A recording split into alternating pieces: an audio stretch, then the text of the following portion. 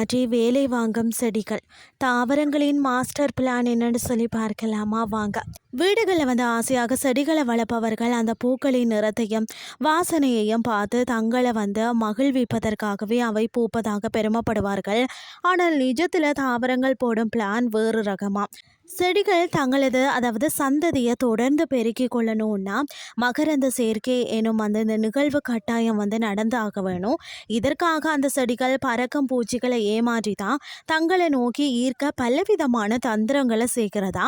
இந்த வியக்க வைக்கக்கூடிய இயற்கையின் விந்தையத்தான் அறிவியலாளர்கள் பார்த்தீங்கன்னா பாலினேட்டர் சின்ட்ரோம் என அழைக்கிறார்கள். தேனீக்களின் வீக்னஸ் என்னன்னு சொல்லி பார்த்தீங்கன்னா தேனீக்களையும் மற்ற பூச்சிகளையும் கவரணும்னா செடிகள் செய்யும் தந்திரங்கள் நிஜமாகவே அற்புதம்னு தான் சொல்லணும். மஞ்சள், நீல மற்றது வெள்ளை நிறங்களில் மனதை மயக்கக்கூடிய அதீத வாசனையுடன் அந்த பூக்கக்கூடிய மலர்களை தேனீக்கள் அதிக அளவில் தேடி செல்லும். இதில் பி ஆர்கிட் என்ற செடி தான் செய்யக்கூடிய திருவிளையாடல் கொஞ்சம் ஓவர் தான்னு சொல்லப்படுகிறதா.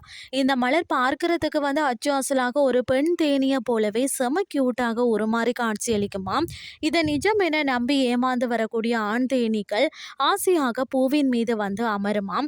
அந்த கேப்ல செடிகள் தங்களது மகரந்தத்தை அந்த தேனீக்களின் மீது மிகவும் சாதுரியமாக ஒட்டி அனுப்பிவிடுமாம். அடுத்தது வண்ணாத்தி பூச்சிகளை ஈர்க்கும் டெக்னிக். வண்ணாத்தி பூச்சிகளின் ரசனையை எடுத்துக்கொண்டால் அது முற்றிலும் வேறு லெவல்ல இருக்கும். அவற்றுக்கு அடர்த்தியான சிவப்பு மற்றது ஊதா நிறங்கள்னு சொன்னா ரொம்பவும் பிடிக்குமா. மேலும் அவை சௌகரியமாக அமர்ந்து பொறுமையாக தேனை குடிக்க வசதியாகத்தான் ஒரு தட்டியான தளத்தை கொண்ட ஒரு மலர்களையும் அதிகம் சுற்றி வருமா. மோனராக் எனப்படும் வண்ணாத்து பூச்சிகளை ஈர்ப்பதற்காகவே மில்க்வீட் செடிகள் ஒரு பிரத்யேகமான குழாய் போன்ற அமைப்பை தங்களுக்குள்ள உருவாக்கி வைத்திருக்கிறதா. அடுத்தது இருட்டில் சுற்றக்கூடிய அந்த பூச்சிகளுக்கு மிகவும் பிரகாசமான நிறங்களை கண்டாலே சுத்தமாக ஆகாதாம். அதற்கேற்பதான் இரவு நேரங்களில் பூக்கக்கூடிய செடிகள் வெளிர் நிறங்களையும் பகல் நேரங்களில் செடிகள் அடர்த்தியான நிறங்களையும் பூத்து அந்த பூச்சிகளை கவர்க்கிறதா. இதையெல்லாம் விட ஒரு மிகப்பெரிய சுவாரஸ்யம் பார்த்தீங்கன்னா சுமத்ரா காடுகளில் வளரக்கூடிய பின மலர் செய்யும் அட்டகாசமான தந்திரம் தான். இது உலகிலேயே மிகவும் பிரம்மாண்டமான மலர்களை ஒன்றாக இருக்கிறதா.